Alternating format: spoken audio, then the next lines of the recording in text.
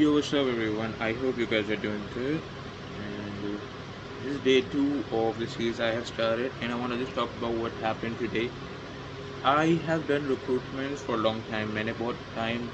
I have recruited different people, different developers, different social media marketers, salespeople, etc. But I don't know for what reason I have been so unlucky because I have hired the wrong reason for really high salaries.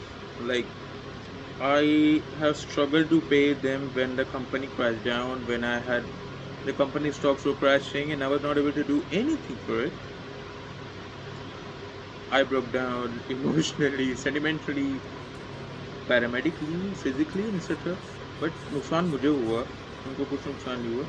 So this time I have made some changes into the company. I have made some changes into my business. I have made some changes in how I want to hire people. I have made some changes in how do I look forward to the company's future. Keeping in regards to what the company stands for. EvoDynamics is an AI consultant and an AI services provider company dealing with people are more involved in trading, funding, and investments and etc. more than they ever were because of the knowledge that they have right now. If we go 15 years back from today, it was not so common, not so easy, especially in Pakistan. So people were not really into it. Right now, every single person wants to be involved in trading and investment because of how easy it is. You see ads on social media, on Facebook, on YouTube, telling you exactly what to do and what not to do.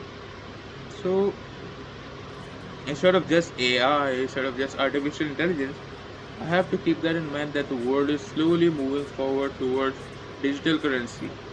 There will be a time very soon where we are going to be dealing in digital currency or maybe gold or silver, let's say, but this paper currency thing will become a lot lesser than it is right now. It's not my personal belief, it is by analysis. So, this is my next move, and I will update you guys tomorrow. Have a good day and love it.